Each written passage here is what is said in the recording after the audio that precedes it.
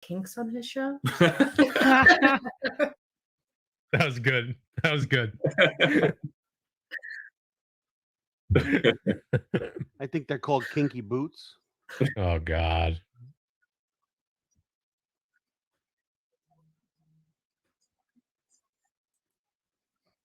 Can you hear any of us? Wait, we're live? We're live Pre-show, on Benny's pre-show. end, and we're going to go live on our end now. All right. So here we go. Hello. So no one's saying we can't hear you, right? All right.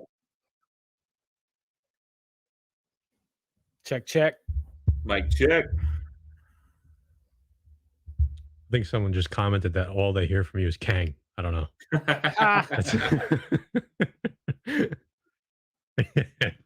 Right? No, it wasn't heard on the show. All right, we're going live on our end.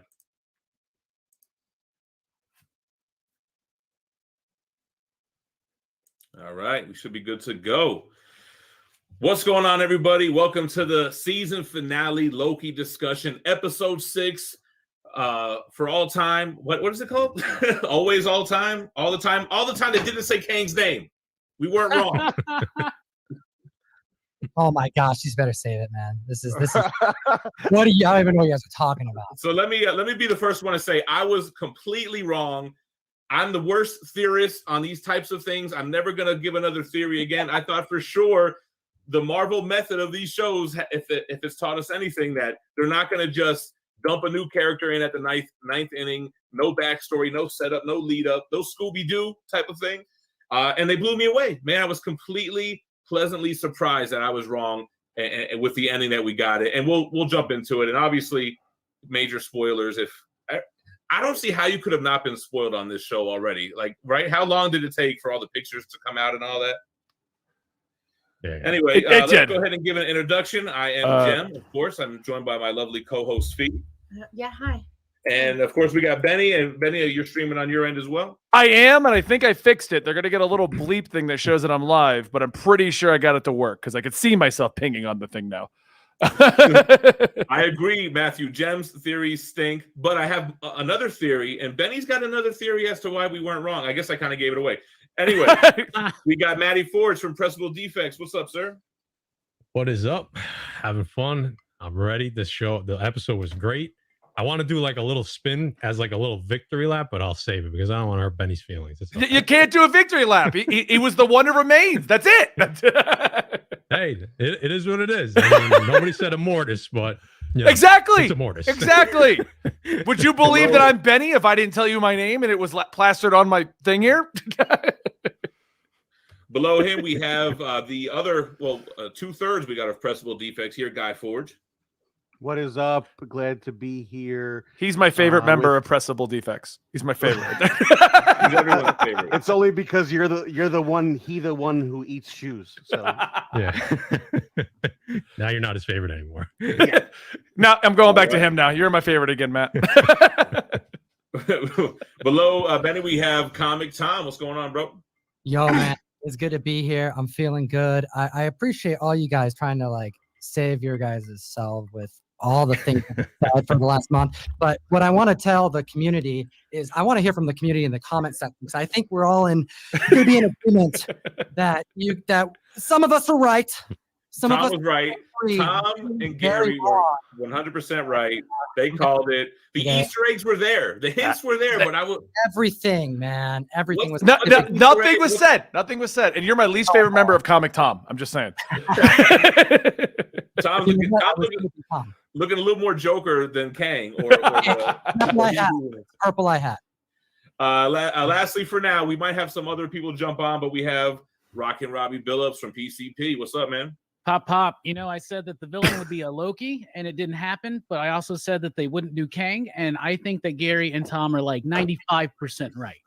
There's a 5% where we didn't see Kang, right? It's He Who Remains. It's a different guy, and there was a Loki at the end. It just turned out to be a Loki we already knew. And that was the final fight. There was an evil Loki, and nobody said the name Kang, so I win. Benny, I don't care that you're streaming on your own channel. You know, I had straws. You'd be grasping at them. I wish you would have said the word conqueror. Wait, no, they did. Oh, actually, hold on. I actually wish they would have shown a statue in classic. Right, and I really wish that they would have taken the easier route and said, by the way, my name is Kang. The 2 times they said, what is your name? So he wasn't though. He's one of the many versions of Kang. We're gonna get into this. Yeah. Good call, I got a good theory. I got a good theory about that. Let's run through the episode. Although a lot of the episode was conversations between Loki's and the unnamed person at the end here. But really, what I just want to say, where this show really shined, the different sceneries, man, the different sets that they've given us. This starts off with the Big Bang, kind of going backward and forward, big cosmic events, black holes, and then we get to Beyond the Void, the castle behind the void, which is suspended in space, and it has this ring around it, which we come to find out is actually the sacred timeline. So the cinematics of this show, I mean, to me, it's not even a comparison with the other 2 shows. WandaVision had a lot of cool stuff, but very much you're in the suburbs. And in this one, you're everywhere. You're Lamentus, you're in the Void, you're here Beyond the Void, and the TVA and all that stuff. So big props for the cinematics of this show. And that leads us right to the front door of this castle where Sylvie and Loki are standing. They kind of look at each other and they're ready to go in. Now, this castle too, at first I thought, was it breaking? Was it cracking apart? But it looks like it's like a black marble with like gold. What do they call that? Veining. Super classy. Real classy. Like that a lot. It looks fresh. Gold inlay. The gold inlay. It's like the Master P mansion. It was looking pretty fresh. So the door opens, and right away I thought, no, this is not what they're doing. Who pops up on the screen? Miss Minutes. Man. Miss Minutes. Miss Minutes pops up, and I'm like, oh, okay, they're gonna go. It's like this is like Wayne's World. Let's do the Miss Minutes ending. So Miss Minutes pops up, and she is trying to basically make a deal with Loki and Sylvie here, right? So Miss Minutes welcomes them to the Citadel at the end of time. So we did get a name for the building, the Citadel. She says that he who remains is impressed that they made it, which kind of is contradictory later on. If somebody wants to remind me on that, he was impressed that they made it, right? Mm-hmm. So what's the deal? Basically, if you guys just go home right now, we'll put you back into the sacred timeline. Loki, you could win the Battle of New York. You could kill Thanos. You could wield the Infinity Gauntlet. Sylvie, you could wake up and have nothing but happy memories. You would have never known that any of this happened. And, basically they just turn it down. Loki says, we write our own destiny now. What do you guys think? Should they have taken the deal? This is kind of like the Matrix with like the guy eating the steak. Do you take the, pill? Do you go back into the Matrix? I mean, rule the entire galaxy and defeat Thanos? I'll take it. Yeah, I'll go that route. I think they should, plug me back in. I want to be conqueror. I want to be like a conqueror. She was a little more bitchy than usual too, huh, Miss Minutes? All cards are on the table now, right? So she's name dropping he who remains, him, and actually I'll talk about that a little bit later as well. Robbie, you seem like a guy that says, I want the truth. Don't give me any of this fantasy fake world. I want the truth. Yeah, but with the truth comes the burden of knowledge. And that is, that truth was given out, and I think that's why he had the apple, kind of like, the fruit from the tree of knowledge in the Garden of Eden or something like that. But I don't like any form of mental slavery, I would say. So yeah. I want the truth. But I don't think that was the right thing to do in this instance, because you just really, it's great. It's crazy to me that Loki trusted the Kang who was not named. You know what I'm saying? At the end. No, yeah. He is he who remains the conqueror. He was the conqueror. He went by a couple of names here. What did they say? He went by a jerk. Some called him a jerk. Some called him. You're making me jump forward in my note. We'll get to it. A ruler, right? The jerk is probably from a Spider-Man appearance. And he remains with the other one. Yeah, exactly. So they turn it down. Miss Minutes, frustratingly leaves. They move forward. Miss Minutes pops up back at the TVA, a little bit late, a little bit out of breath. Renslayer's like, what took you so long? And she's like, we have to wrap some things up. And she says, I got have you got the files that I asked for? Now, I think Renslayer at the previous episode asked for all the files, everything on the beginning of the TVA and all of that stuff, right? Mm-hmm. So Miss Minutes says, well, here's different files. He thinks that these would be more helpful. So that's kind of interesting, right? We know he who remains, he gave her a different set of files, and that'll kind of tie into the end of Renslayer's arc for this season a little bit later. So that's something to keep in mind. So here's a part, Maddie. We were talking about this behind the stage. Sylvie and Loki walk into a room. There's 4 statues there. The 3 timekeepers and 1 destroyed statue. And right away, I thought of you. I'm like, it's the 4 timekeeper. Yeah, Right? yeah. I don't know how much. I mean, it's definitely a nod to to a modern book that is that 4th timekeeper that was exiled, which I think was why it was broken. They definitely focused on it for a second. They showed Loki kind of looking at it. So can that come back in season 2? Maybe. I think they're leaving the door open for it, but I'm not gonna bet the farm on that. But it was a cool nod.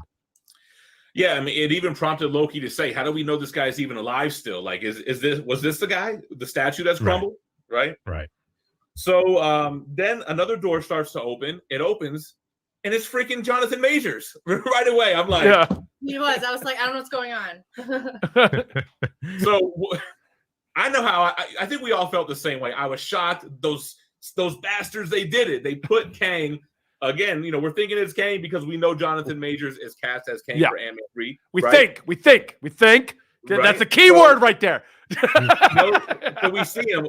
Tom, you were gunning for this. What were your thoughts when those doors opened and you saw him chilling on that couch? Oh man, it was like everything I was hoping Disney Plus would be. You know, it's one of those things where it's like you're watching the show, seeing these season by season, but you know that they're going to save things for the movies. I compared it to like WWE. You know, you don't see the titles switch hands until the pay-per-view, but this changes everything. We have to watch every single episode. This wasn't a White Vision reveal. This wasn't a Contessa Valentina Lego different reveal.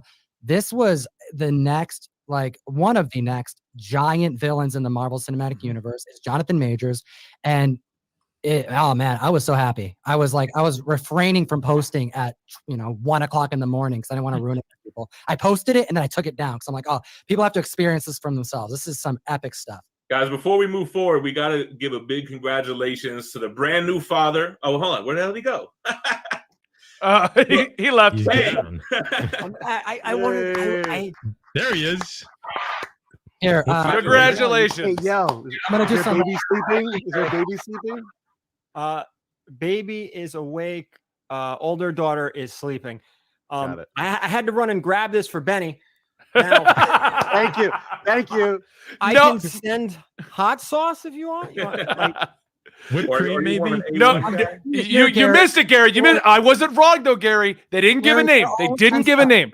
We're getting partial credit from some of them, and the rest of them are still in denial. I'm glad you're here.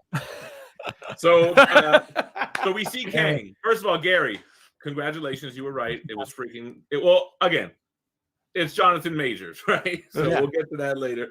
But congratulations on being right.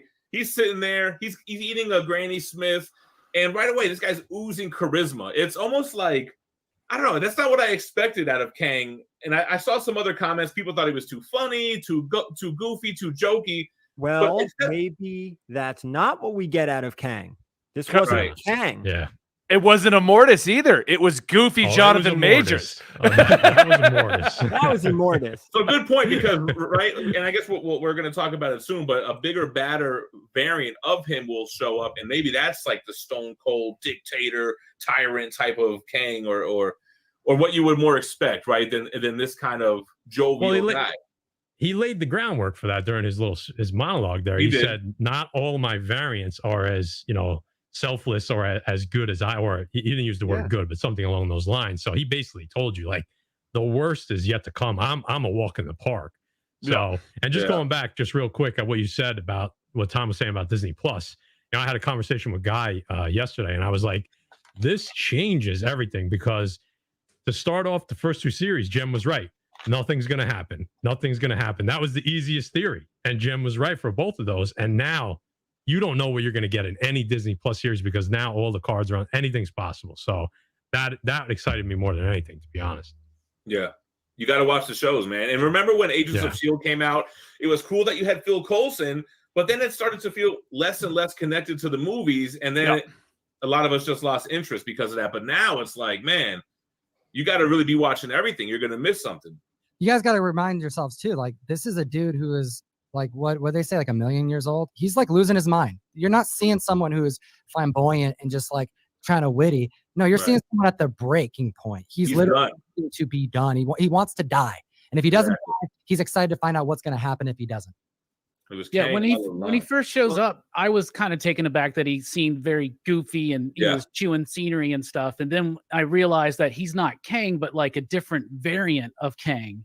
And He Who Remains, and the way that the performance, like it doesn't stay that way throughout the conversation. There are moments where he's truly, like you said, excited that he doesn't know what's going to happen, kind of scared. Like when he looks at me, he's like, I'm being candid. Like there's so many moments where it goes up and down. And it was such a, just, I think, perfect performance. Now, very well put quick. together. Now, I don't know if this was me or somebody else on this panel, but didn't we say that what if we get a Kang variant and instead of Kang being these individuals, we're actually variants of Ramatut, Immortus, Kang, that makes the most sense. And that's the easiest way to explain those different versions, right? Well, that's what we're excited about, like possibly Ramatut or another version of Kang, because everyone's been Kang the Conqueror. And does this, Maddie, I know we talked about this. Does this not give you a wide open door to Iron Lad and the Young Avengers? That's actually what I'm thinking of what's going on with this. Like, all joking aside, like, yes, it's Jonathan Majors. It is the actor who's going to play Kang. But the reason why I don't think it was name dropped is because they killed him, and now we are going to see Iron Lad, Immortus, Kang in name. Like, this is who I am, kind of an attitude. Because he said the worst, like you said, the worst is yet to come. And so that's why I think he was a name drop, so we don't mix him in with anyone. He's just He Who Remains, and Kang, Immortus, Iron Lad, those are all going to be, Iron Lad's going to be in Young Avengers, and Immortus is going to be the one helping the heroes fight Kang. And that's what I think is coming. That guy, that goofy one, I think he's gone. This is it. That's a good point. The guy we were introduced to just now is dead. Yeah. Yes. Right. So and so basically, it's Kang is coming. As we know, Kang is coming. It's almost like the Thanos tease. Like we almost said, Kang was gonna. Well, we did say Kang was gonna be teased similar to how Thanos was. It's almost like when Odin died. Hela, boom, right? Yeah. We just lost this guy, and we saw the multiverse, and now we're getting the Immortus, the Kangs, the Ramatuts, and who knows who else they're going to use in place of a Kang that's a variant, right? But check this out. So to figure drawing his comment, right? Think about what the final battle was, right? The final battle was Loki versus Loki. Yeah. We got what I said without the variant. That was wrong. I was wrong about it being an evil variant Loki. Although I'm so glad that wasn't the ending. I am too. I said I didn't want that, but that's what I saw coming. I didn't want the standard MCU. I mean, although I would have laughed so much if he's like, I'm He Who Remains. Some people call me the Conqueror, a ruler, a Loki. That would have been great. Then you would have been justified being right. Then it would have been like, okay. Yeah, so right away, Sylvie tries to kill him. He's kind of teleporting. He's got a temp pad similar to the TVA agent. So that's that. And then he goes to serve them tea. Now, I can't remember. Were we live when we said this or if we were backstage? But I'm not drinking that tea. Oh, yeah. No, we were backstage. I mean, who the hell knows did he spike the tea? Was this all an illusion because they drank the tea and none of this really happened? Where's Michael Roman when you need him? That was episode 3 or 4, right? That was Michael Roman's Kool-Aid with Mobius being Kang. Exactly. So then we go back to the TVA. Mobius, he confronts Renslayer because they were supposed to be so tight, and she ended up ordering his death, apparently, but he was pruned to the void. He makes her feel bad, says, to prune a close personal friend and all that kind of stuff. She tries to call them the Minutemen, but Mobius and B-15 have already basically tapped all of the TVA workers and let them know that they're variants. They went back to the high school where Renslayer's original self was principal to prove to them all that they were not created by the TVA. So that's a no-go for that. That was a great like 1 minute clip because you could talk to somebody till you're blue in the face, and unless you physically show them something, right? Mm-hmm. So that was a great little. See, I was telling the truth. Here's Renslayer. And that was cool. I like how they gave closure on where that pen came from. And she was looking at the rings, too, in that scene. And I don't know if it's because she felt bad about Mobius. Maybe was it a Kang thing? In the comics, they have the relationship. Didn't really get that here. Actually, Renslayer in this scene, she doesn't know about the one who runs the TVA. But she just knows that the purpose of the TVA was important. And she wants to kind of keep that going. Well, it's interesting. I was going to ask you guys a question is, how much do we believe that she actually knows versus doesn't know? Because I think that was left open. She right, seemed to not know, didn't? Or was I misreading? She knew some, but not everything, and it was hard to tell exactly. I think we were all wrong on that. We all thought she had something going on, but obviously she just wanted answers, and I think that was her entire arc. Like, we're supposed to think she's the villain, but she's not. She was like playing the part, right? This is my job. I'm going to do my job, but I still want to know what the hell's going on. Yeah, but I'm still going to follow through with my job. She's a company woman. She's still being loyal to the company. She kind of knows what they're doing is important. You can't have chaos. You need to keep order. Yeah, whatever's in that file that she got, that's what sends her on wherever she goes. Yeah, right. Yeah, I was going to say, I think the relationship aspect is kind of still open because He Who Remains, aka Kang Immortus, gave that specific set of files, not what she asked for, to her. So he's leading her somewhere. Oh, he's sending her somewhere. That aspect of it is still open. I think she knows. They will. So that's the thing. So it cuts back to Kang when he explains to them how he knows everything. He's got the book. He knows what's going to happen. That's how he knew how to, when to dodge the attacks and to set his temp pad up. But then when we go back to Renslayer, she opens a door and she walks through it and she has files from Jonathan Major's character. Where is she going? What mission has he set her on? What do you think? Well, she said that the only people who have free will are the people who are at the top. And when the last thing she said before she walked through the door was, "I'm going to go find free will," and then she left. She's going to try to carve her own niche out, right? Right. Season 2. I feel like was she being sarcastic? No, she's probably looking for another variant of Kang or something like that. I mean, it's Ravonna. There's got to be some connection to something. There's a reason for it. She's probably connected to He Who Remains, but definitely not Kang. I mean, he wasn't named. It's not Kang. It's Maybe she's a Loki. Maybe she's just another Loki. Yeah, Loki Renslayer. Oh, geez, the camera's back and Jem's gone. We lost camera feed. I thought we were a witness to something just now. It looks like camera goes down, fee remains. That's it. Yeah. All right, so Comic Toby 420 for $5 says Kang would be wearing some funky boots in the comics. Do you think we'll be seeing them in season 2? If the MCU shows have taught us anything, is they're going to give us classic costumes. They will, but they'll be like spoofs. Yeah, but think about it. We're going to start seeing a bunch of different Kangs. You might see straight comic accurate Kang. You got the accurate Loki. Well, you get the Kang look in that statue at the end, and then He Who Remains he's dressed straight up like Immortus. He just doesn't have the helmet, right? Doesn't have that hat. Yeah. The figures had the hat, like the figures had the helmet. So I mean, did I miss the statues, Matt? Because you and I talked about this. We talked about it. Keeper. Okay. Yeah. All right, so who would have thought? So Immortus, He Who Remains, starts planting the seed in Sylvie and Loki's head that you guys should probably fight. You can't be trusted, Loki, and Sylvie, you can't trust people. So how the hell is this going to work? And this is where he starts to kind of plant that seed in their heads. But isn't it funny? Isn't it funny how he goes into the whole thing of like, you're here because of me? Like he didn't just plant the seed, like he planned this the whole friggin' time. So here's the thing, Guy. So why did Ms. Minute say that he was impressed that they made it there? I think she was just trying to get them to choose something else, but obviously not choose something else because she's listening to what he's saying as well. So the whole thing is that they're not going to choose what she's saying, obviously, because they have to go to the next step and go open the door and go up the elevator with him and choose between picking the apple. Hi, it's Adam and Eve, like right in front of your face. Yeah. You know? Hey, Gemma, he also didn't say that he was planning on both Lokis. It was one Loki, and he was impressed both were there. He was actually really impressed. He's been waiting for this is where he gives his backstory, right? How Kang was a brilliant scientist. He lived on Earth in the 31st century, discovered the multiverse, discovered other versions of himself. They worked together, the Council of Kangs, and it was everything was hunky-dory for a while. They shared knowledge, they shared tech. It was almost like a little 5-minute monologue explaining everything. It was an exposition. Okay. Hold on. About that. Hold on. That is one reason I don't like this episode. I like the whole season. I like where it all ended. But this episode spent 45 minutes talking in circles and dropping exposition to explain he who remains. And here's my problem.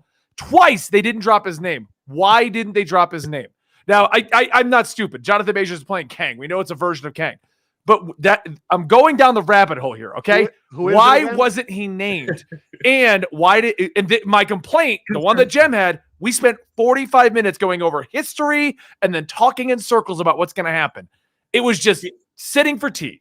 So the problem that you have here is that you keep saying, why didn't they say Kang? Kang is so many people. You have to ask, why didn't they say Nathaniel Richards? Which they described Nathaniel Richards. Why didn't they say any name? They didn't give him a name. Is the point? They did give him a Benny, because you want to know why? Why? Because they didn't have to. Well, that's why. Good point. Well, as John, they didn't say his name because it's not Kang. That's right. It's not. I'm not worried about Kang. They didn't say a name because they didn't have to. They explained. He was just Bob, who happened to be He Who Remains. Now there's a version of Bob. That's the name, though. That's a character. It's He Who Remains. Yeah, He Who Remains. Well, they retconned it, right? They kind of combined two characters. They combined it because obviously he's not the old man. Yeah, I'm managing all the branches, probing the timeline. Are you guys ready for my crazy theory? It's all the same. Let's hear it. I love theories. Is it gonna be crazier than mine? I want to hear it. We saw trailers and footage of a King Loki that never showed up in the season, right? Right. My theory is that they had a King Loki ending just in case Jonathan Majors couldn't make it, if he had scheduling conflicts, if he didn't sign the contract for 5+ movies like Tom brought up. I think in Wayne's World theories, they went with the Kang ending instead of the King Loki ending because they got Jonathan Majors to come through. Kind of like the Doctor Strange thing being written out, but we all know existed at one point in the WandaVision script. Matt was reporting from Ralph, who was on, I think he did episode 1 with us, No More Mutants on Instagram, that we know the post-credit scene is that Loki will return in season 2. What if King Loki is from season 2? What he reported on was that it was originally a 12-episode season that they cut in half. So this was what if they're just doing it to screw with us? Like, how many times? Well, here's my thing: MCU trailers, and we see bits and pieces that never. I don't think that they waste actors' time. They waste money. They waste costume design to just fool with people. I think they film it with the intention to use it, and then it doesn't get used. It could get cut. I like the idea of the second season though, because like we heard about reporting before the show, it was supposed to be 12 episodes, because that was my complaint with this last episode. It was a pacing issue. 3 in this one have nothing going on except exposition and discussions. 3 worse than this. This at least had a point to explain it all to us. But you needed this. You do, but it feels better. It would have felt better if this was a part of 12 episodes. The reason why this didn't feel good to me is we basically go exposition dump. See you next time. Like, I disagree. Okay. Because season Tom, 2 watch your Loki, eye, by the way. Be careful. I'm keeping an eye out. Yeah, no. Season 2 of Loki, we're only following Loki. The point of this series was to spark the MCU into a new direction. Right. No, I don't know if you got what they were saying. Apparently, it was supposed to be 12. That's been reported. They had to cut it. Yeah, because of COVID, they had to cut it. Yeah. Which I thought they did a good job. Well, I don't think they did a bad job, Gary. I liked this whole series. My complaint is that this last episode was just exposition, which totally makes far more sense if there was supposed to be a 7 and an 8. So let me ask you 9. This.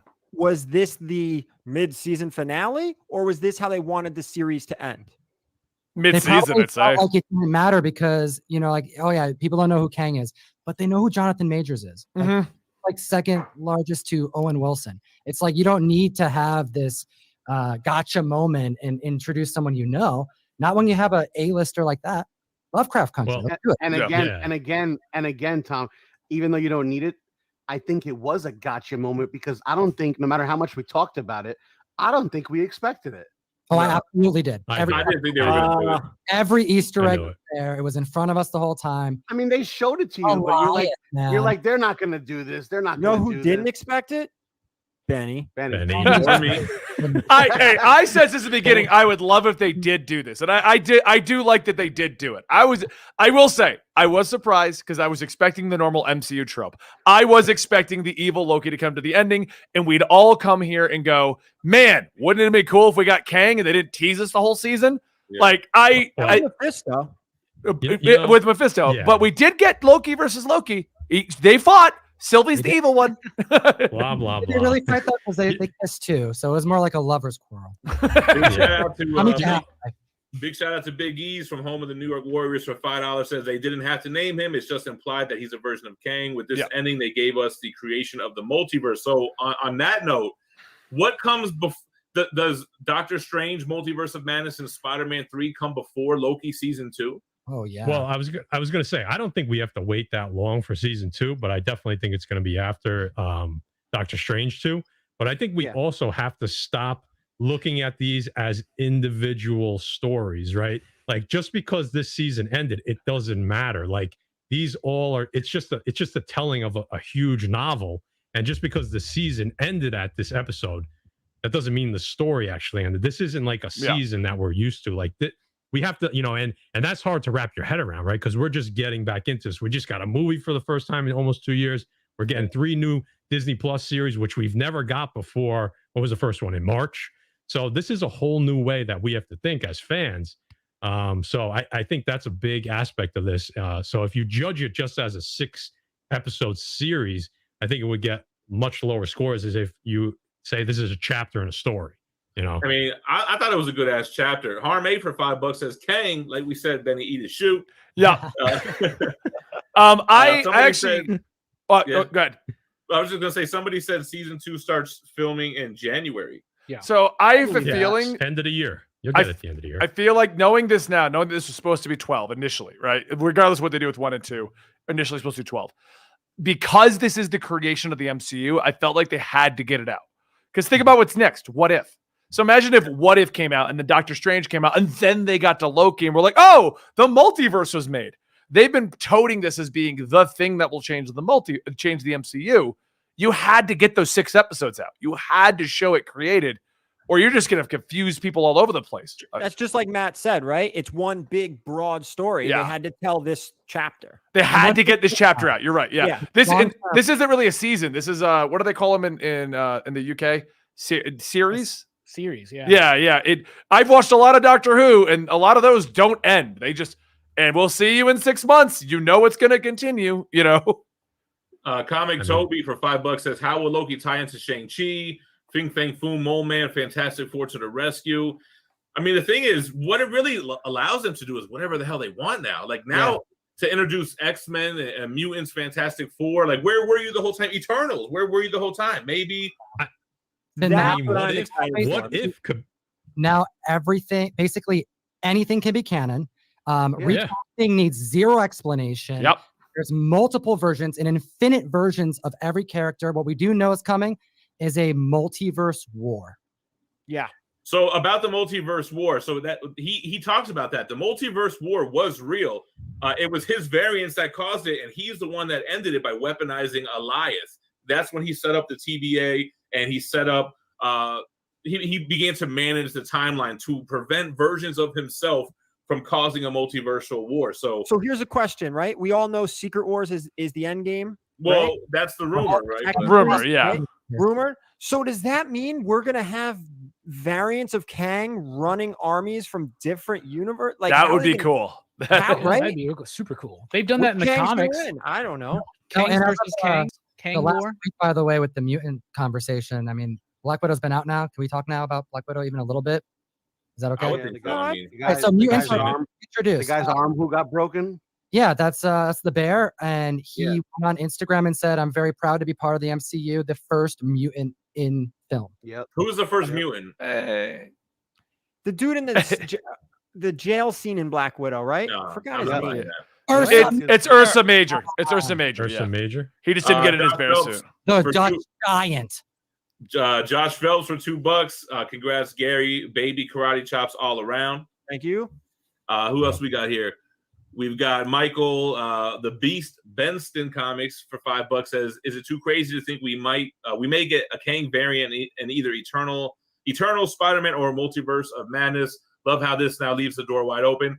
You know what? I kind of think they're going to save the Kang stuff. I don't really necessarily think we're going to see him pop up in everything. Maybe end credit scenes, post credit scenes, and all that. I would would like, think where's post-credit Waldo? scene of Spider-Man. Did you see Kang at the bar? Yeah. We didn't get the jet ski, man. What the hell? Well, it makes more Season sense if it 2. was 2. Yeah, there's a whole Season season. 2. Yeah. Can I bring one point up? I know we're still kind of talking about the whole show. We haven't gone through. And I could be totally mistaken here, but did anyone catch when He Who Remains was playing with his wristwatch and throwing sand or whatever the hell that thing what was that all about? Conjuring up images. Did anyone see what looked like Kang's helmet on a little table? It's hard to tell. I saw what you were talking about, but I don't know if that was actually or it. Kang's helmet or what. Well, I mean, I'll give it to you that it was the helmet because the statue at the ending, he's in the full Kang garb in that statue. I mean, he looks like just Kang. no helmet. Yeah. No, he even had the helmet, if I remember correctly. He looked like Kang. He has a helmet. No, No? no helmet. No. Oh, okay. No helmet. So Temple on, of the Benny. Gods for 10 Australian says Benny He needs Who the other Remains shoe created Sylvie to complete his plan that no one else could. Sylvie had no Nexus event. The fourth smashed Timekeeper statue and the device to melt the sentient androids at the TVA means the fourth Timekeeper is TVA's foe. I think the fourth timekeeper is Mephisto. The fourth timekeeper is probably going to end up being an actual being, not like an android. If they do, let's put it this way: that's what they should. If they're going to use the fourth timekeeper, that's what it should be. Like that's why they had to get rid of him or her or however you want to say it.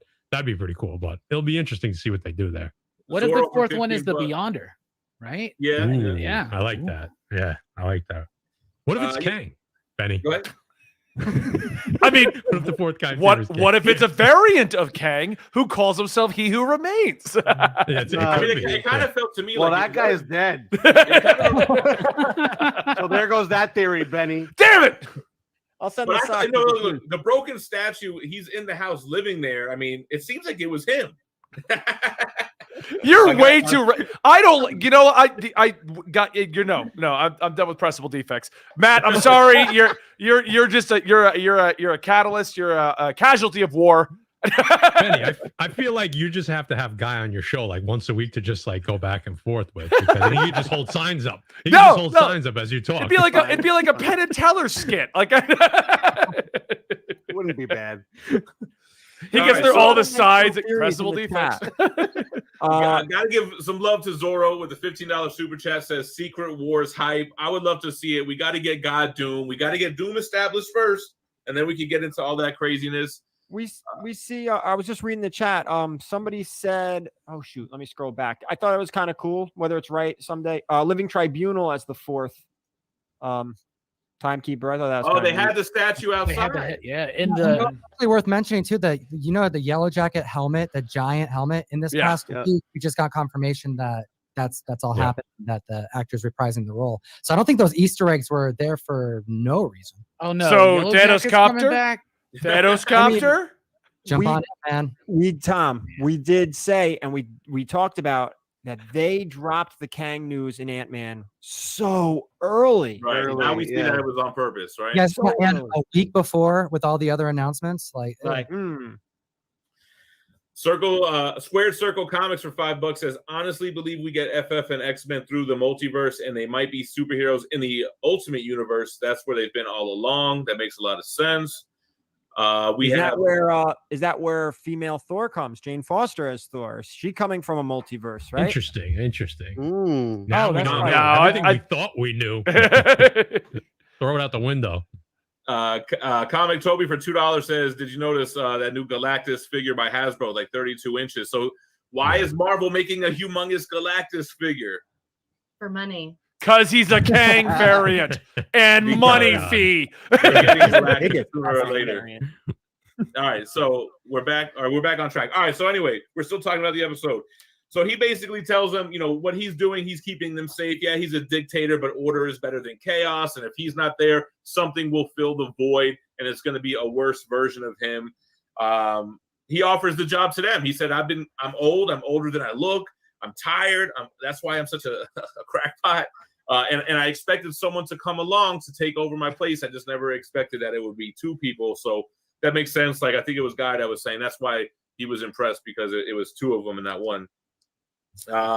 Sylvie's not with it, man. She can't get over the fact that he played with people's lives. It was a game to him. So she still wants blood. And Loki, he tries to stop her.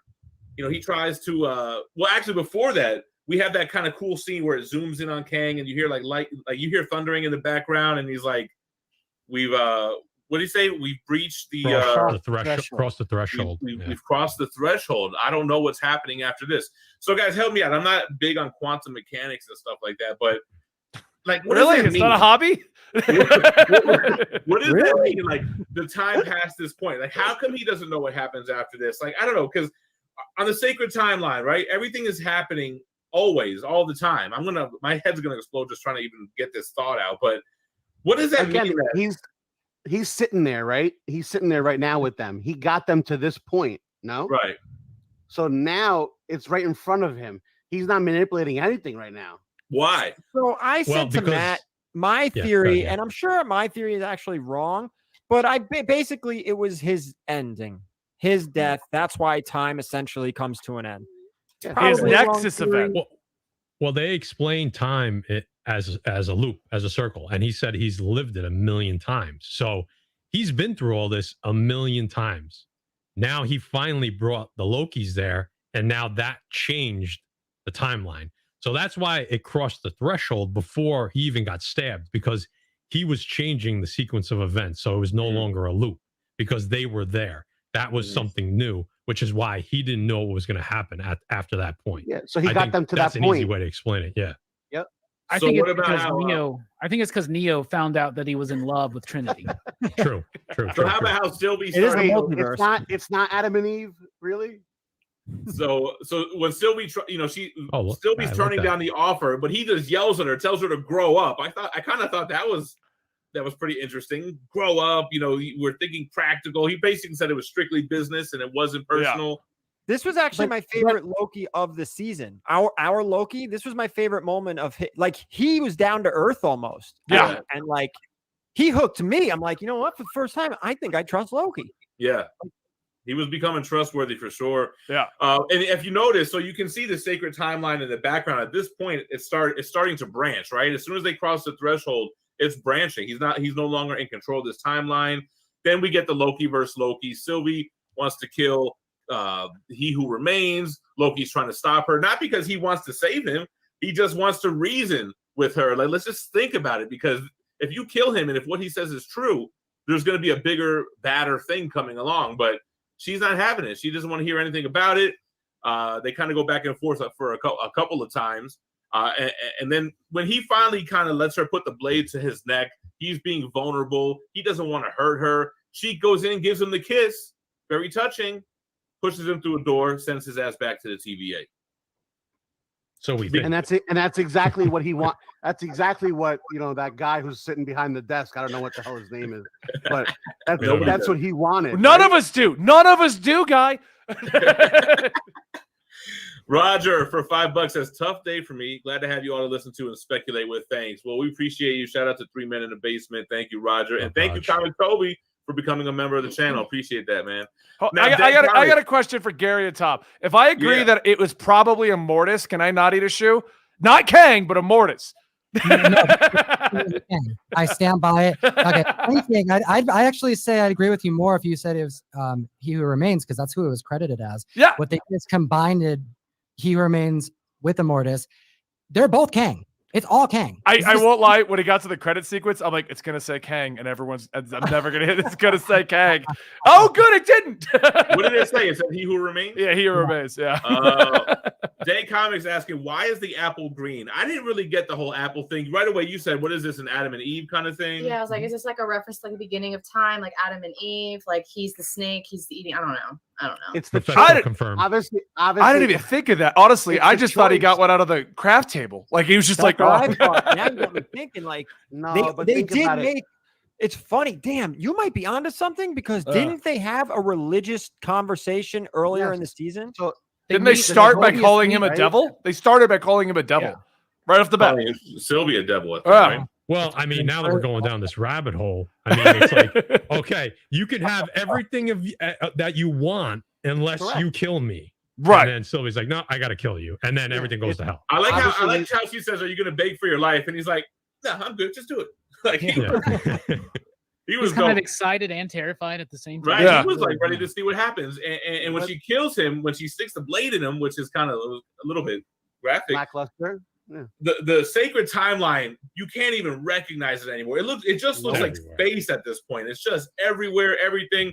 And Craig, you're right. She pushes him into a different TVA, which is we find out when Loki finally gets his bearings and he comes to and he runs and he finds Mobius. He's like, man, we messed up this guy. And he went out of his way to say he was terrifying. He knew everything. He knows everything. We killed him, this and that.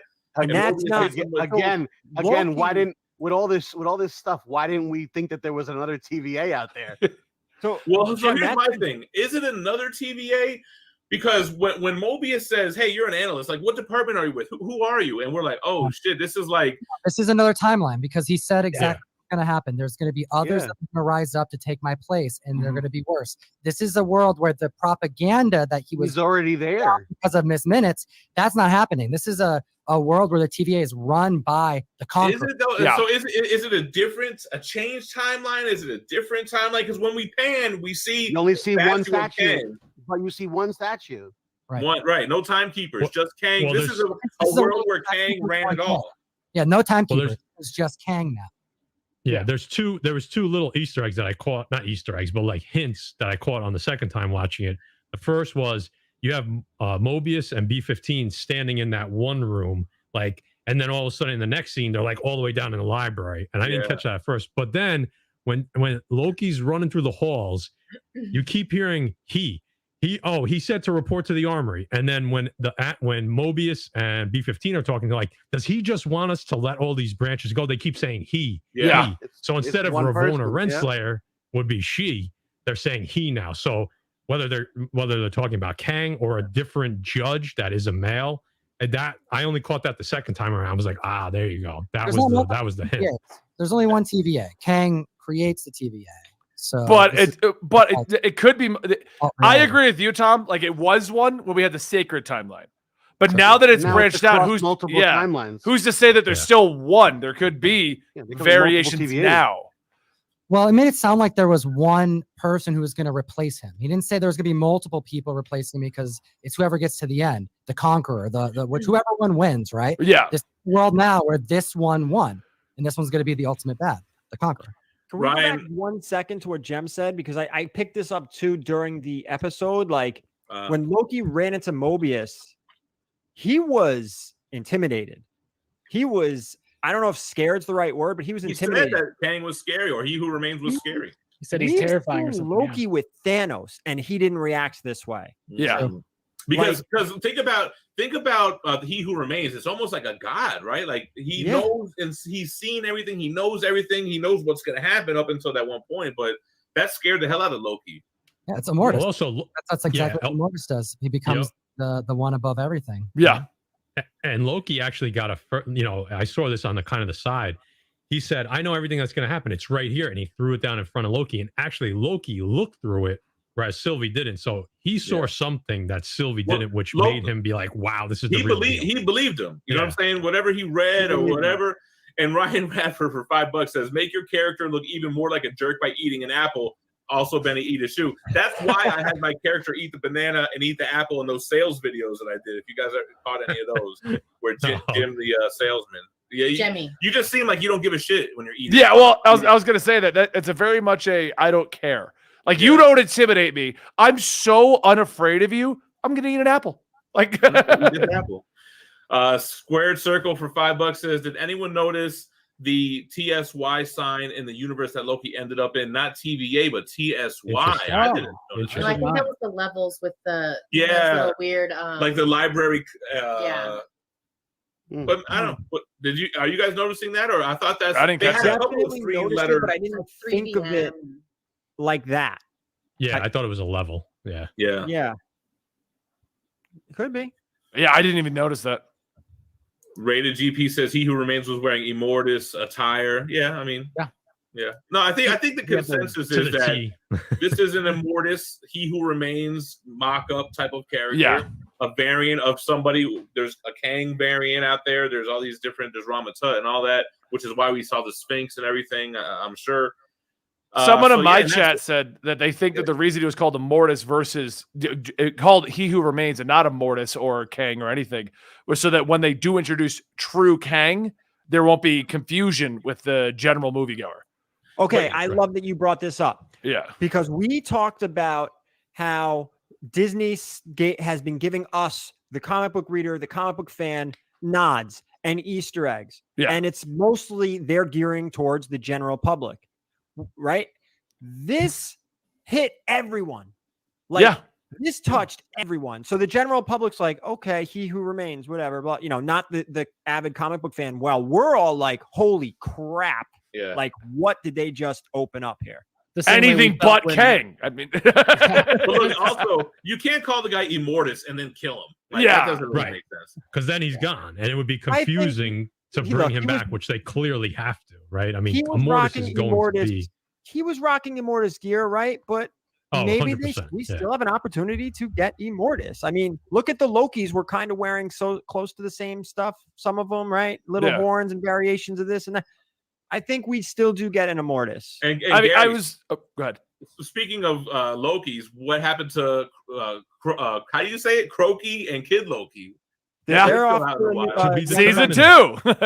No, but I was actually saying this earlier because people don't realize, like, we all like to go deep dive. We like to go, it's Kang, it's Immortus, it's Ramatut, it's all these characters. We like to look at the super deep comic book lore. But the general populace, like, I've talked to people who still wonder why Batman's not in the MCU. When is that crossover happening?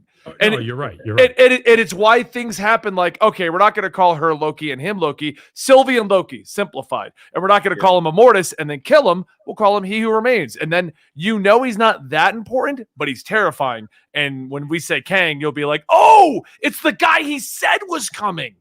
Like... It's so funny. I think we as a group, everyone in the chat, I think we are the minority in the viewership of these shows and these movies. And 100%. the reason I say that is because I'm pretty sure everyone on this panel right now, and the vast majority, if not every single person in the chat right now, knew Agatha Harkness was Agatha Harkness. Did we all not? Right? We were even referring to her by episode 3 as Agatha, right? So why did that book explode after she was officially titled in the show? And I think it's because the majority of the viewer has no idea. They need confirmation, though. So, a lot of people bought Avengers 8 years ago waiting for this moment. Now, what do you think Avengers 8 is going to be doing for these next few sales for the next until we see him again? I'm sure it's going to keep on blowing up. Tom's already smiling ear to ear over there. And Mike Cecilia from $5 says, if a shoe crosses a threshold, can Benny still eat it? It sounds like one of those proverbs or whatever. You know what's interesting? Speaking of different Kangs, right? So the scientist who's from the 31st century who discovered the multiverse and the layers of the planets. So was that Nathaniel Richards? That's Kang. I think so. That's right? Kang. That's what that sounds like. He said it was 10 centuries later, but in the comics it was 31. But that's 31. him. So it's not even just two people combined. That's like Kang Prime and Immortus and. What if they come back later and say that was Nathaniel Richards, but they just wait until we see the Fantastic Four?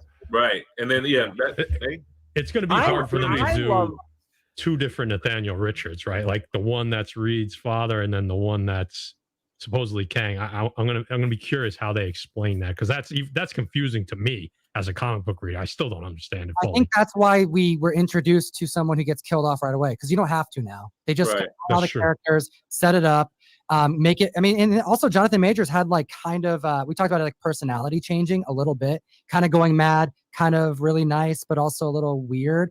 I mean, that's kind of setting up to a character who's going to be able to like go full split on everyone. Yeah, what a great movie too. But different, right? Personalities. And what I love too, this whole thing was we have good versions of Kang and we have bad versions of Kang. He even said it. They were helping each other. Yeah. And then there's also the narcissistic. Well, they were all narcissistic, but at least they were working together. But then you have the ones that wanted to rule, that wanted to conquer. So like he referred to all that. I just think they've opened up so much. We're probably going to see evil versions of Kang, like 3, 4, maybe 5 different ones. Then all of a sudden we're going to get another Kang and be like, oh crap, but he's good and he's trying to help. Maybe there's Iron Lad. Do you think that Kang is where Renslayer went? Maybe like to go and like. He Who Remains gave Renslayer the information. She leaves. Maybe she goes and she finds and hooks up with the good Kang. Oh, they're going to shack up. Come on. Yeah, It's funny too, they fall in love. They go to the beach. I want to see Yeah. majors with different personalities acting, being the same character in multiple variants and multiple personalities. That's going to be awesome.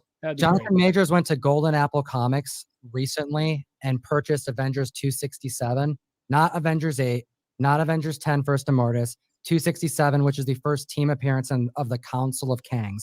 That's where you see the robot Kangs, the variants of Kangs who died by the Avengers, Kang as Iron Man, right? Like all of those were in that one book. He's standing there proudly holding it up.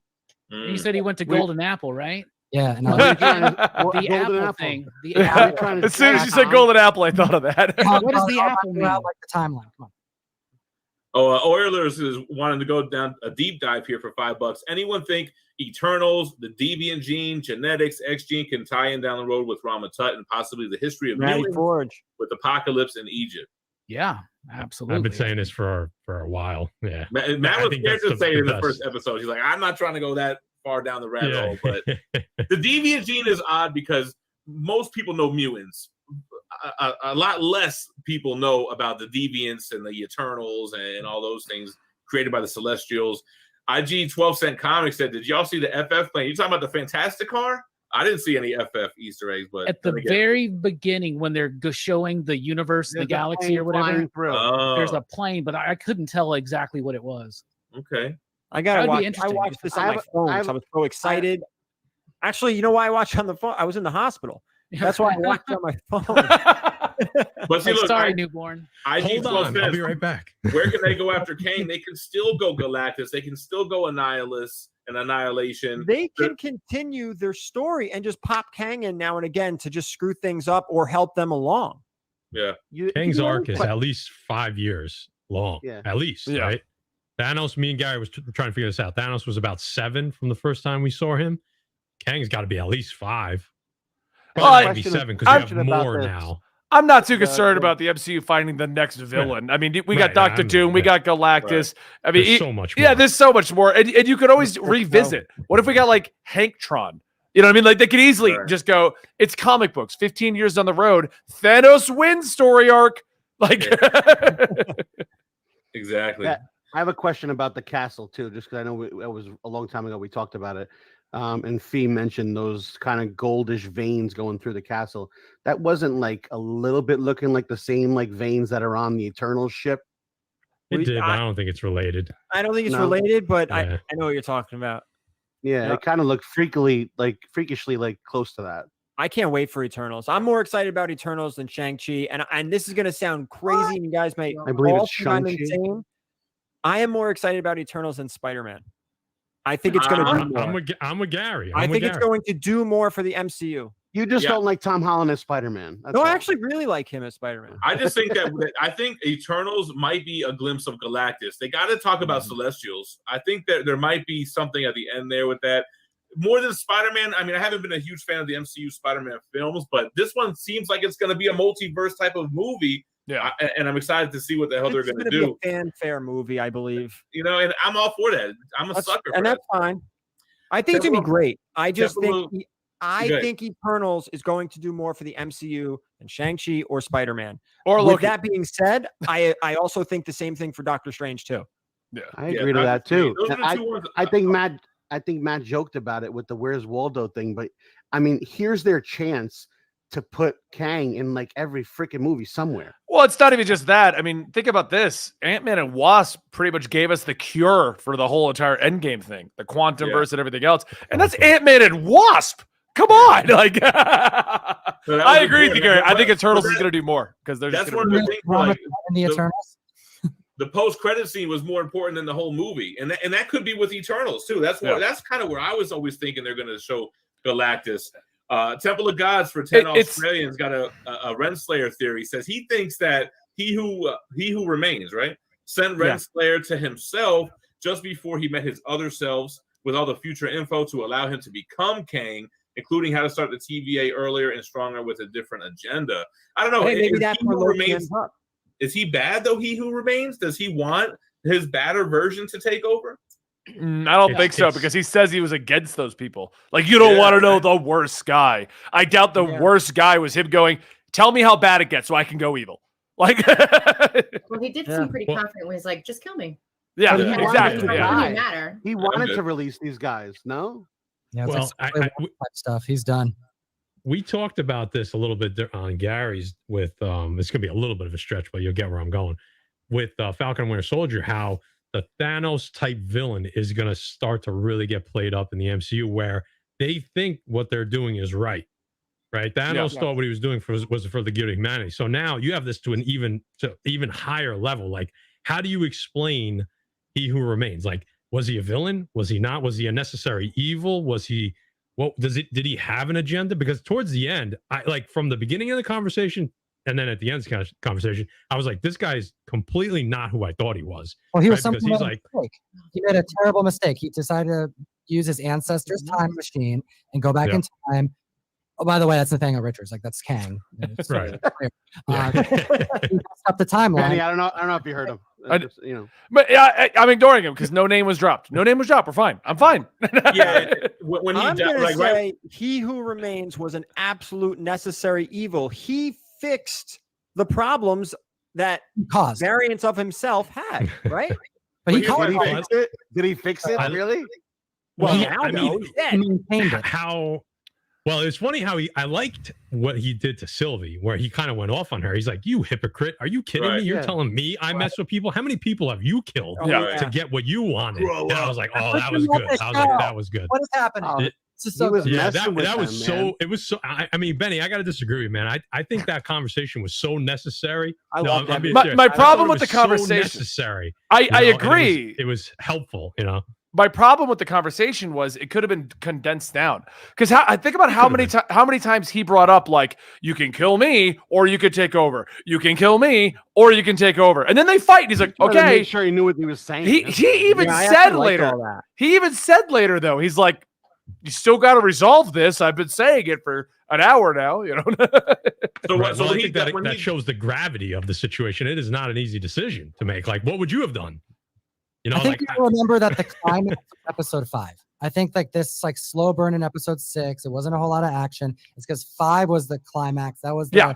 Oh, yeah. the global purpose Action of the climax, yeah. resolution. The- Now I- fill in the gaps. I feel like 5, if they had ended there, would have made a better. If we're treating this like a mid-season, that would have been better because that would have been a cliffhanger, which then led into, oh my God, what is he who I will not name? What is he doing now? Like, what is happening now? Because now we basically had the big climactic, glorious purpose. We had this epic thing. We got to the door, and then we just had exposition, and we're waiting for 6-7 months now, or probably 12 if they don't start filming. Loved it. I love actually disagree with you, and here's why. Very- Me personally, I love the overall story of the MCU. That's why movies like solo one-shot movies like a Black Panther or a Miss Marvel or Captain Marvel that doesn't really move the overall MCU story forward that much. I'm not into it, right? But something like this that moved the overall MCU story forward tremendously, I dig it. I love it. I am such a fan, which is again why I am looking forward to Eternals, because I think that movie will again move the MCU forward as an overall story and not just kind of like one of these cool, really movie, like even Black Widow, like, we got a little bit to look forward to in the future, but that's not the overall story. Right. I agree with that. I do. Black Widow, like the ending and all that, but like you saw an opening, but this, an opening in Black Widow of something they're going to do, but this is moving everything. And that's why I really, really enjoyed this episode. This for me closed Loki out in an awesome way. And in my opinion, just me, I think this was the best episode of Disney Plus. I'm with you. Okay. Me. See, Just that me. I agree with you. I love the overarching thing because it's literally what pays all of our bills. So I love the overarching MCU thing. I really do. And I love how it ended. I loved getting that exposition. But on a pacing aspect, I think this was the worst episode for Loki because we went from this super high to the exposition dump. And I feel like as much 3, come on. Okay, 3's worse, but Okay. but what I'm saying is like I love where it went. I love how it affects the MCU. I love all of that. I really do. And I, as a comic book fan, I adored a lot of that exposition. But I just felt it was a weird decision to put it here. It goes back to my complaints at 3. the pacing feels off. Like they just don't quite know how to do a show versus a movie. Because was it COVID related though? Because now you got me thinking. And that's what it sounds like, and it does. And I give a lot of passes to my pacing problems because of COVID. Right. But if this was a 12 episode season originally, they cut it in half. Yeah. There's some forgiveness there. So I agree with you, Gary. I do. I love the over. I'm the guy that loves Ant-Man and Wasp because it has the quantum burst in it. You know, I love that kind of stuff. Right. Like Black Panther brought us Wakanda, which ends up being so important. Oh yeah, right? Exactly. But I love the overarching stuff. Forward, you know, Captain Marvel brought us what? Her? The scratch to Nick Fury's eye. Wasn't that great? So Captain Marvel was necessary to have her come through in Endgame and be such a big help at a pivotal point. Michael the Beast says, "See you in the next loop," and then a wink. So that's what Kang says, right before he gets killed. So here's my thing. Why does he let her kill him knowing it's going to unleash chaos? Is it just kind of like, I told you so, and I'll be back anyway, and I'll help maybe if I feel like it? He said he was tired. He didn't want to do it anymore. He was done. That was his whole argument. He's like, I don't care if you kill me. I don't care if you take over. I'm just done. I am so tired of this. You do it. You keep the TVA going or kill me off, and all the evil ones to take over. I just don't want to do this anymore. That's what he was saying. We've all had jobs where that was the conversation. Where I'm just done. It's just... I'm reading the chat. We're very much do. split. Some people really like the episode. You know, some like people, many have got your back. Some people have my back. I think that's great. I think that's great. Let's close out the super chats and then we'll do some final thoughts. So my main man Hino for $5 says, "I know we're getting Kang back in Ant-Man 3. Do you think we're going to get him in Doctor Strange?" I think everyone kind of agrees that we're probably going to see him sprinkled in other movies, whether it's post-credit scenes, whether he plays a small role. As somebody behind the scenes until it's his big time to shine. Am I right in that assumption?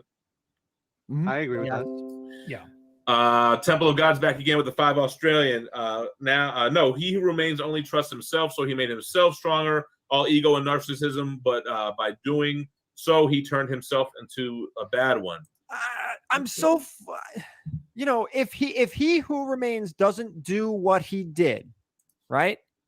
That means we already have a multiversal war between Kangs. He essentially stopped it. Okay, do we want one person in charge? I'm talking like this is happening in the real world. Do we want one person in charge? Probably not. But at the same time, do we want total destruction across multiverses? Do you want order or chaos, Gary? What? I'm sorry. Do you want order or chaos? Exactly. Do you want order or chaos across the multiverse? Not even across city blocks. We're talking. Well, does that even under He Who Remains? There is no multiverse. There's one sacred timeline. Now there's a multiverse. Yeah. That will essentially be at war with one another.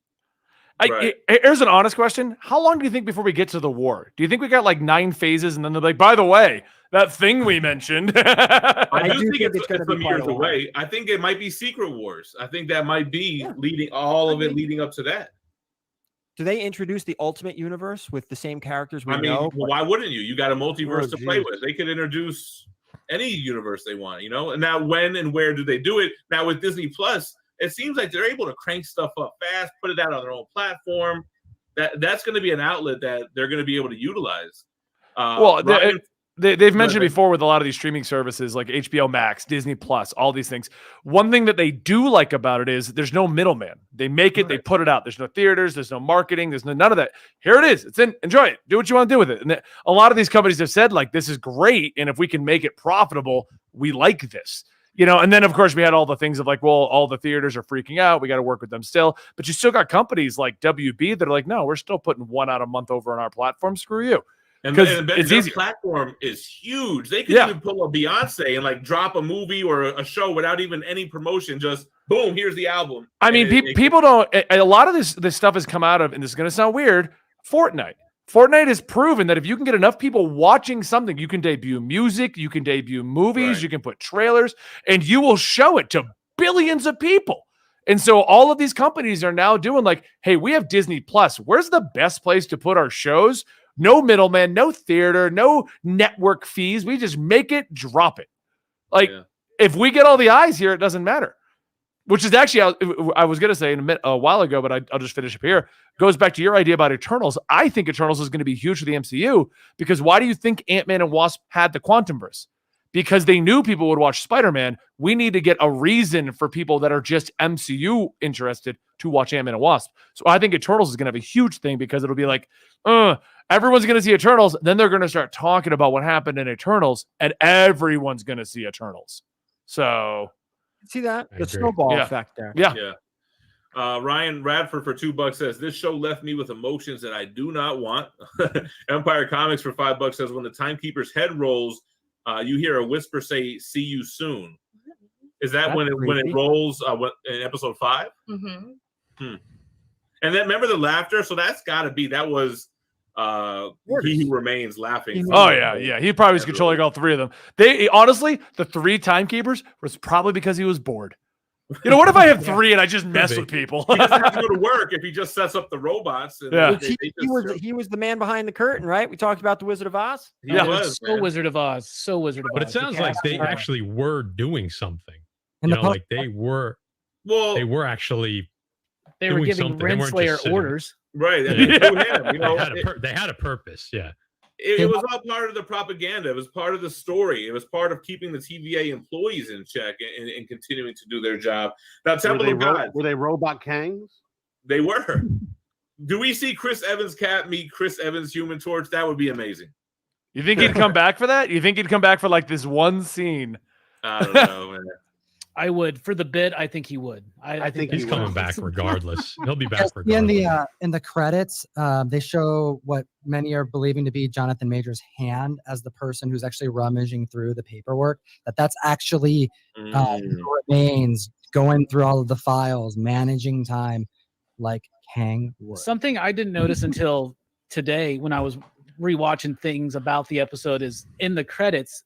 At the end, there's a cup of like a pot of coffee that says fresh 800 BC, which that person who did the video said that's when the Rama Tut time was. But I don't know if that's for sure. I saw the 800 BC, but I didn't know what it meant. Yeah. Can you imagine having that coffee? It's so fresh. Gary, you kind of already gave your final thoughts, and you said it was you're giving this a 10, is what it sounds like. I have yet to give any Disney Plus show a 10, and you guys are well aware how much I loved WandaVision. I'm giving this episode a 10 because I love storytelling. I love storytelling, and I love that we just saw the MCU took a huge leap here. It's arguably, I don't even think it's arguably, Loki out of the 3 Disney Plus series affects the MCU the most. Now, each series as a whole definitely impacts the MCU. I remember a week or 2 or 3 ago, somebody said they weren't, and that was just mind-boggling to me. Every series brought something to the MCU, some big, some small. This was major. The biggest impact of all 3. I'm giving the episode a 10. I love the dialogue. I loved it. I liked I love good storytelling. And I thought this was tremendous. And I'm so excited to see what happens with the Kang and Mortis, Ramatut, whatever you want to call him, how he shows up in the future, what happens with the multiverse. I was very excited. I can't wait. I'm thrilled, man. I'm really looking forward to Eternals. I am looking forward to Spider-Man because I think this will directly affect it. But I got to say, like, Doctor Strange 2 and Eternals are probably my favorite over the next 2 years. So excited for those. So a 10. I'm giving it a 10. A lot of 10s in the chat. I see some 9. Oh, some 9s. But I hear you. What about you, Guy? What do you got on this one?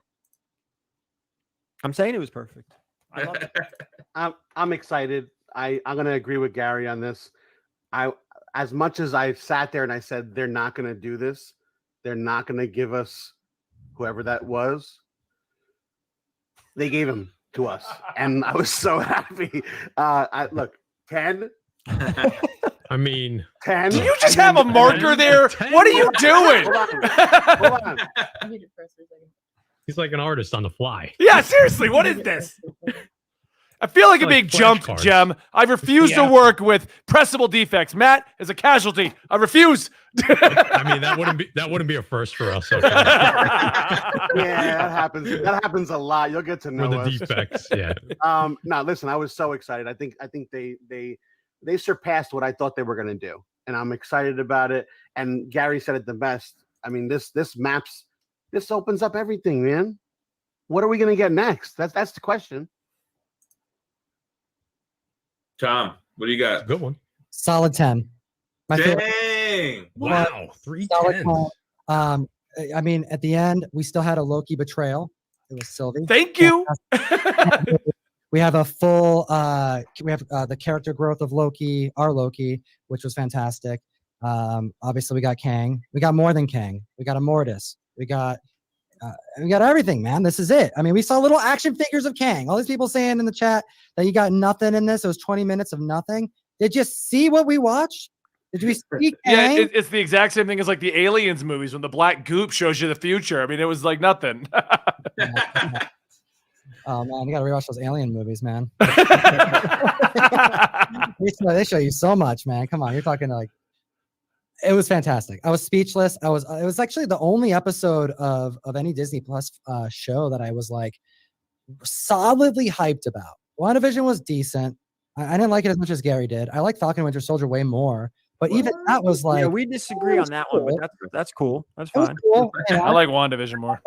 I wish me too. he didn't tease the way he did, because like a White Vision and Agatha Harkness was like, I thought, oh, that was lame. I'm like, all right, whatever. Scarlet Witch, You know, the Darkhold. that was great. The Darkhold's great, but we're talking like we got Kang, dude. Oh This yeah, is other level. This is a complete other level. Literally, I'm all in, man. This is great. This is all good stuff. I'm not now thinking about it, to be honest. Like it's just crazy. Never thought we'd see Kang, but Right.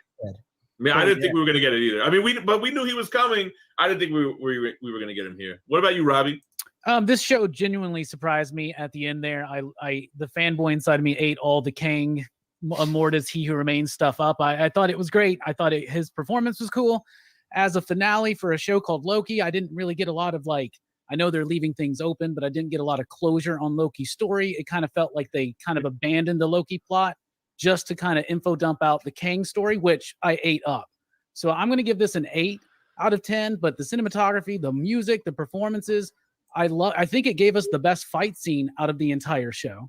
So I mean, 8's pretty high, guys. Glorious purpose. Yeah. Glorious purpose. I love what Jonathan Majors brought to the table. I love what this opens up for the MCU, for the Disney Plus shows, for the movies, and now I am ready to see Jonathan Majors play like 5 different variants of the same person, and I'm ready for that. Can I interrupt? How much more is how do I word this?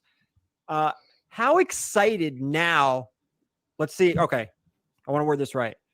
Tuesday, how excited were you for Ant-Man compared to Wednesday? How excited are you now for Ant-Man? Way more excited. And I'm way more excited for MCU films because I had watched Black Widow and I was like, oh man, where are we going? Then I saw this episode of Loki and I felt way better about the future. So Can you imagine that a TV show did that? Yeah. And not the movie? In the Like, defense that's of Black point. Widow, did anyone here expect anything from Black Widow? No expectation. I was like, we all thought it was just Good a action spy movie. flick. Yeah, it was a good action movie, and I liked the movie for what it was, but I expected nothing in the greater MCU from that because we all I knew it was honestly taking did, place in the past. right? Did I you? honestly thought that's where Kang was going to show up. Here's my whole thing. It's hard for me to care about Falcon and the Winter Soldier, Black Widow, the street level stuff when we've been to the end of all time. When we're in the cosmos, it's hard for me to care about that stuff now. Like when we have such big epic tales, you know. There it is. There you go. That Hard for counts, $5. counts. I'm just here to someone to eat a shoe, not saying anything. There you go. Matt, what do you got, man? Yeah, I'm gonna go. I gotta have a talk with Guy after this because 10s just don't exist right now. So I mean, until I see something different. This has to be a 10 only because of what it opens up. You're just trying to get Gary on your side, Guy. That's all you're doing. This opens up the whole theory of No, I anything, understand. guys. I understand. Well, out of straight importance in the overall arching story, I'm gonna give it a 9. I was super excited. No surprise to me. I mean, I know I missed a bunch of shows, so I wasn't as vocal about the Kang and Morris stuff as Gary and Or shoes. Tom. But Gary could tell you probably back before this year, I said Immortus is going to be in Loki. I said that, not We were Kang. talking I said about Immortus. it Right. when we went to New Hampshire. Right. Yes. That was I back. bought- That was. I don't even know when that was. When was it? April? Yeah. That was right. So Gary and I also talked about. Gary and I also talked about. We said at the beginning of the year, Loki and Eternals would be the 2 most important things this year for the MCU. So far we're 1 for 2. I'm assuming we're probably going to be 2 for 2 by the end. By November. I was super excited by Jonathan Majors. The future is super. I mean, his acting in this episode was. I didn't think you were going to be able to outshine Tom Hiddleston and what Owen Wilson had going back and forth. And I think he did in the 20-minute span. Yeah. And you're going to get different versions of him throughout the MCU. I'm excited for that. What this opens up, like these guys were saying before, is incredible. I was very, very pleased with it. And I like that now we're always going to be on our toes for Disney Plus because you don't know if it's going to be a nothing or something event. And I like that. I like that I don't know what's coming. It's great. Awesome. Javier for $5 says you guys should do this for all the Marvel shows and movies. We did them for the other two MCU shows on Gary's channel. No plans for the future, but I'm sure we'll do something. Benny, we'll let you go last since you're streaming as well. You have any final thoughts you want to give on this episode, the series itself? Well, I'll tell you, it wasn't a 10. I'm not going to say it was a 10, but well, I didn't say no. You got to give it a 10. You got to side with somebody. So it's a episode 9 or a 10. I was going to say the episode. Like, I really like. I would have been disappointed if she didn't kill him. Like, that was like her whole long running mission for like a minute. You get there, you got to see it through. And she didn't hesitate. She didn't let other Loki take her. She was like, "Nah, you got to be out of here because this is happening." So right. I was like, "Yes, thank you." But the episode prior to this, was that the one where the alligator Loki bites off President? Yeah. Okay, that episode was better than this episode for me, just because there was more stuff going on. But I'm excited to see the next part. This was my favorite show out of the three. So I'm right there with you. I gave last episode a 10. I'm going to give this one a 9. I really liked it a lot. I was so surprised. It was an episode of talking similar to episode 3. That's why Glorious Purpose, classic Loki, him raising Asgard. That was amazing. Ooh. And then Crocky or whatever, Crocodile Loki was awesome. Loki, whatever you want to call it. I loved episode 5. I really, really, really liked episode 6. They surprised the hell out of me. I'm always going to be on my toes from now on. Now I do think Mephisto will show up somewhere. Like they kind of brought me back. Definitely my favorite out of the 3 shows, out of WandaVision, Falcon and Winter Soldier. This one was my favorite. This episode, I gave it a 9. Very, very solid. Benny, before you go, can I jump in? Because I've seen a lot of stuff in the chat. And I've interrupted like everybody at some point tonight. Go for it. I mean, I think it's going to be something that you're going to say too, and maybe I'm wrong here, but a lot of people are saying I give it a low score because this was a Loki show and it wasn't about Loki. If you don't think that we just got a series full of Loki and saw that he is much more than we thought he was, like you didn't watch, because we learned how powerful he actually can be and how dangerous he could be to the timeline. I mean, the only people that were left in the void were Lokis, right? Yeah. I mean, there was no one else. Yeah. No one can survive. We found out that he can manipulate things and stop buildings from falling. I mean, he learned about, not only did we learn about him, but he learned about himself throughout this. And I think chant now. Right. So this was a Loki series. Don't think just because this last episode we get this big reveal. It wasn't. This was all about Loki, and I loved it. I mean, I think it was great character development. I'm going to piggyback you and just say, and we're getting a season 2. Yeah.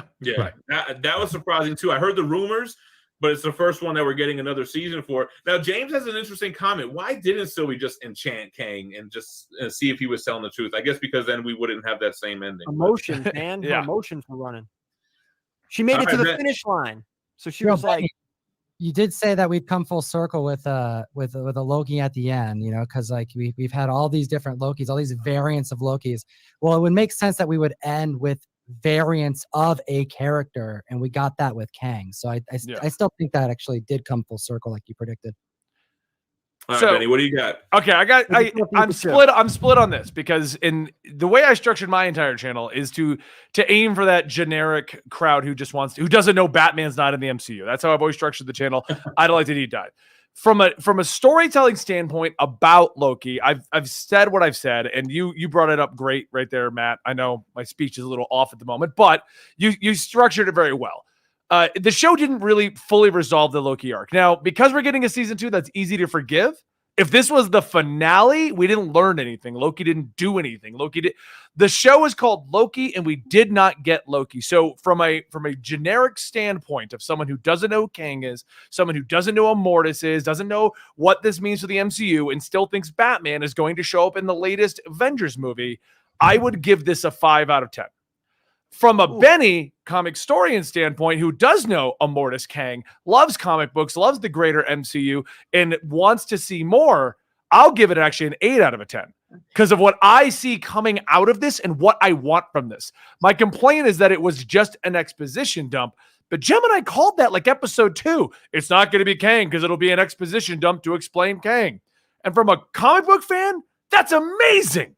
Like to think that we get he who remains, or he who at the end, or Immortus or Kang or any of this stuff to be revealed at a TV show that I was expecting to end with an evil Loki going, haha, you'll never learn the truth. That happened. I am excited and I want to know what's going to happen next. From the general viewer standpoint, I could totally see why people don't like this, because if you're not deep diving on comics, it doesn't resolve Loki. So we just had, Sylvie can be a good Loki. So can our Loki. Oh, no, she's bad. Haha. Didn't see that coming, did you? So doesn't that make you happy that it was a little bit of a nod to us? Yes, 100%. Finally, we get something, You know what it really is? It's Feige's plan. Feige's like, we got to start setting up this next big bad. This Thanos stuff is done with, and they're starting. They got their guy, Jonathan Majors. Yeah. What they signed him to? 5 movies or something like that, Tom, you mentioned? Yeah, 5 movies. And I still think it's not Kang legitimately because he wouldn't say his name. But I think that was done for the exact same reason why the female Loki is called Sylvie, to make things simple for the general audience. And I think this is birthing Kang, Immortus, Iron Lad. Right. Otherwise, he wouldn't mention all of the other versions. He would have just said, there's one evil guy and he's coming. So, let me ask you guys a question. Like, doesn't really make, like, I think it's you can't really equivalent. What's the word here? Like, Iron Man, you have Riri, you have Rhodes, he's been Iron Man. So you're saying, we didn't see Iron Man because it wasn't Tony Stark, but we have all these other Iron Man. Kang is multiple people. So we did see Kang. We just saw a version of Kang. Right, but there's one that definitively calls himself Kang, just like there's one that definitively calls himself Immortus and He's Rama coming Ant-Man. Well, he is, but he wasn't here. If we're going to play the variant game, and like I said, I'm excited for what this means. I'm excited for all the Kangs that are coming out of this. But they dodged the question of your actual name twice. And you can say all you want, like, oh, no, Benny, there was no reason to explain it. And you're right. And if it was Kang, it would have been important for him to go, some people call me Kang the Conqueror. And like, just in a passing nod, that would have been it. That's it. That's all they had to do. He said Conqueror. He said the Conqueror. They also call me the Ruler. They also, like, he said all of this. He made a point not to say Kang. Yeah, exactly. He made it a point to not say Kang. And the credits said He Who Remains. If it would have said Kang, that'd have been a definitive. But yeah, this was He Who Remains. I think this is Kang's origin. I think that's what this is. This is Kang's origin. It's not Kang. It's not Immortus. It's not Rama-Tut. It's his origin, because this is going to create the evil one who won. Well, like he says in the show. You guys this question. Well, like he said in the show, real quick. Well, like he said in the show, it's more complex than just the name. Right. Like, and so like that's what I liked about it, was that they didn't go, this isn't Kang the Conqueror, but we're gonna get it. We're gonna probably get Scarlet Centurion. We're gonna get all these different versions. I'm really excited for Gator Kang. That's gonna be Gator Kang versus Gator Loki. He actually acknowledged that that's not his name, though, right? He said, "Is she still calling me that?" Like saying, like, that's not really who he is. So that to me was like the nod of like, okay, it's not He Who Remains. That's just what they call me. So, but they left it open, and I'll give Benny that. They definitely left it open ended for us to interpret here, like we are doing now, and the casual fan to just not care. They don't care who it was, you know. Matt's just trying to get back on your good side, Benny. That's all. All right, Matt, you're invited. Let's do a show, you and I. I have a big question, and I'm asking everybody because I don't know. Gary, what do you got? Is Kang going to be the next villain, or is he going to be more of a nuisance that pops up from here and there, or is he going to be a character that pops up just to affect the MCU and the direction that it's currently in? Because I almost don't see him as the big bad. I don't know if that's crazy or not. I think he's gonna affect a lot of what's going to go on. Yeah, right. He just did that. Right. So now we get to get mutants and Fantastic Four and all the villains that come within them, and then Avengers movies and Black Panther and Namor and things of that nature. Now, how important is the evil Kang? It's hard to say. You know, I mean, what was Carly a villain? What if he's just the long villain? from Falcon and Winter Soldier was Carly. Was that her name? Carly? Was she a villain? Oh no, I have Maybe. opinions on that. That was a terrible plot line. That was terrible. Right. But I think that's what they're doing. You know, like they're going to have these characters that we don't know how to define. It's not like good and bad. I think the good and bad days, that's Black Widow, right? Yeah. The overall MCU storyline, it's going to be up for interpretation. Some people are going to be like, "Wow, this guy actually is not a bad guy," Which was Thanos, right? But even Thanos was like, just the start of that, right? That was just the start of that. But I think Kang, Gary, you nailed it. Is going to make everyone question, like maybe he's not bad. Maybe, you know, so that's a good point. I like that question. I don't know. What if Kang is just the long con? Like we've got a big bad in 5 years, we got a big bad in 10 years, and Kang's around and becomes the villain 10 years in. What if Jonathan Majors is signed for not 5 movies, but 10 movies, 15 movies? The thing about Kang is he's not imposing as a villain. He's not as imposing as Galactus or Doctor Doom. He's just like he's like a Loki villain, like a trickster, like he screws stuff up. Yeah, you know. So he's not going to be like a menacing character. That's look at Loki. Loki's been around the whole time, and that's why I say Kang the big bad. I want to say no, but he's definitely going to be involved. He's gonna be cutting a lot of deals with bad people. Let's put it that way throughout. Kang's the new Loki. Yeah, I think they're going to be a bunch of small bads until they do another big bad or something like that. Nihilus. I love it. Michael for $5 says Kang is the Phase 4 big bad, along with Dracula, Doom, Galactus, and Annihilus. That's a few too many for Phase 5. We're saying Doom, Galactus, and Annihilus are Phase 5. I think that's a strong chance. Could you see that though? Just hold on. Just Feige's like, you know what? Screw it. Phase 5, put them all in. Just put all the villains in. He's gonna want to keep some saved in case there's a Phase 6. Feige is the he who remains. He's like, you know what? I've had enough. You guys do it. With that being said, we could do it. We could do it right here. We could write this shit. This is it'd be a lot more deeper dives, according to Tom. Gary, you want to make sure Batman is in it as well. Yeah, exactly. Yeah. Well, you know how many people, you know how many like casual moviegoers would be like, it all makes sense now. If Batman's going up, so is He-Man. You get a lot of that, like, you know, before the X-Men stuff happened, where people would say, "Oh, when are they going to get Wolverine in there?" And you're like, it's too much to explain. But with that being said, though, we're going to wrap it up. Gary, you want to let them know where they can find you, what you got going on over on your channel? Yeah, Very Gary Comics. I dropped a video today. It actually took me months to put together. I sent some books out to CGC, got them back, went over the grades, went over the graders' notes, had them cleaned and pressed, sent back to CGC, and we saw just how important cleaning and pressing is. So that video immediately. He loves those videos. I don't know. They're my favorite. I don't know. It was awesome. Yeah, it was awesome. Awesome. And Pressable Defects, what do you guys got going on? Well, we just hit 5K last night. Congratulations. Yeah, thank you. Thank you. So we're going to be doing a giveaway pretty soon. The giveaway's still open. Search Pressable Defects on YouTube. You'll find us. New comic book day videos every Monday. And then we do like some spec stuff every other Thursday. People seem to like that. We keep getting lucky with it, it seems like. So, and then we just do like comic book conversation, you know, every the opposing Thursday. So check us out. We yell at each other. We'll probably have Benny on, and we'll have Guy yell at him some more. So I'm not working with Guy. Only you, Matt. Only you. Wow. Guy can only be there if he's silent, drawing pictures the whole time. There you go. We could arrange I'll do it. Tom, what's going on over there, man?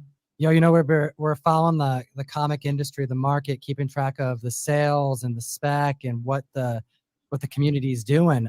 Every week, I'm doing a trending video with a Price Get Advisor, talking about the comics that are trending most in the week. There's a lot of Kang this week. That video comes out tomorrow. I also do a video every single week with Jem. It's the Hot 10, the hottest comic books in the world, comics defining this generation of collectors, like the biggest record breakers. If you're ever interested in like where comic sales are going, how far they're going, we're in like the biggest boom we've ever seen in history, and we're monitoring it every single week. Come join us. The sales are crazy. I mean, week to week, you have these key issue books that are just blowing the previous record out of the water. What about you, Robbie? Oh, you can find us over at Pop Culture Philosophers here on YouTube. We do the weekly comic book review. You can find me here on Jim Mint Collectibles doing the top 10 new comic books of the week. It's always a fun time. And like at the top of the hour, it's PCP movie night. We're talking about The Fifth Element tonight. I'm so excited. And I also just want to say it has been a pleasure.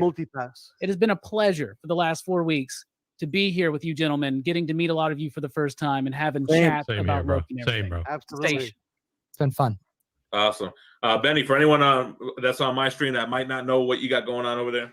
I'm Benny. I do the Comicstorian. You can Google it. It comes up like all over the place. And I'm running a new channel called Absolutely Marvel in DC, where we talk about comic books, movies, and TV shows and stuff like that. You can go check that out anytime. And for my streamer viewers, I just want to thank all of you guys for inviting me on here. I'm normally very iffy about getting on with other comic book YouTubers simply because a lot of them are crazy. But I do want to say to all of my viewers, these guys are great. I've been working with them now for 6 weeks, and they have yet to show me that they're crazy. So if they are, that's on them. But definitely go check them all out. They're all super nice guys. They were nice enough to invite me over, and they put up with my bullshit for 6 weeks. So that right there should tell you how awesome they are. Go check out all of their channels, please. They're all on the screen right now. Go check them all out. Awesome. No, and again, thank all you guys for coming on here. We did it 6 weeks. It was a lot of work, Gary. I had to watch every episode twice. I told you. Wait. I told you. I have a question. Were you guys all watching it twice? I didn't know that was a rule because I just watched it once. Me, so Gary, when yeah, Fee, I'm with you, Fee. It looks like you watched it once. Like, well, I have to watch it twice because I'm asking questions through one whole episode, so he needs to watch it a second time. Just be like, "Shut up, Fee." Well, just because I want to keep a path of the show, and like Gary does when we did it on his channel, so Gary knows what I'm talking about. Yeah, I watched it once. Yeah. And then I went through with notes for the second time when we were doing it on my channel. So now I told Jem, you may want to watch it twice. I think even Matt told him. Like, well, I just heard all of you guys today, like on the second pass, and I'm just sitting here like, did I have homework I was supposed to do for this? I only did it because I was. No wonder you hated it. When I jumped on Gary's, I was a one and done, and I just gave my bullshit. Thank you. I'm with Jem on this one then. Jem and Fee, I'm with you guys. Let me tell you though, as watching Falcon Winter Soldier twice each episode helped me a little bit because I would have given it much lower grades one pass through. You do appreciate even me doing Loki twice. You appreciate Lamentus. I didn't like episode 3 at all until I rewatched it, and I was like, okay, I gotta get it now. So no, I want to thank all you guys for coming on. A lot of you guys were here the whole damn time. I think Tom, Benny, we had Shartimus Prime on here. We had Everything Always. Who else did we have? We had No More Mutants. So shout out to everybody who joined. All you guys for watching. For Benny's stream, we do the big statue unboxing and reviews over here. New Comic Book Day reviews on Wednesdays, omnibus content, the books you see in the back and that kind of stuff. But yeah, man, that's it. I appreciate all you guys watching on the live, dropping super chats, dropping comments, keeping it interesting and fun for us. And yeah, appreciate you guys. I guess that's about it for Loki until season 2. Go check all these guys out. This is your new YouTuber comic book generation. All of us old guys are quitting. We're done. This is the new Illuminati. You want to say goodbye? Everyone. Bye. All right, guys. Stay minty fresh. See you at Terrificon. Oh, anyone going to Torpedo? Torpedo? Nobody? No. Torpedo Con? That's far away. They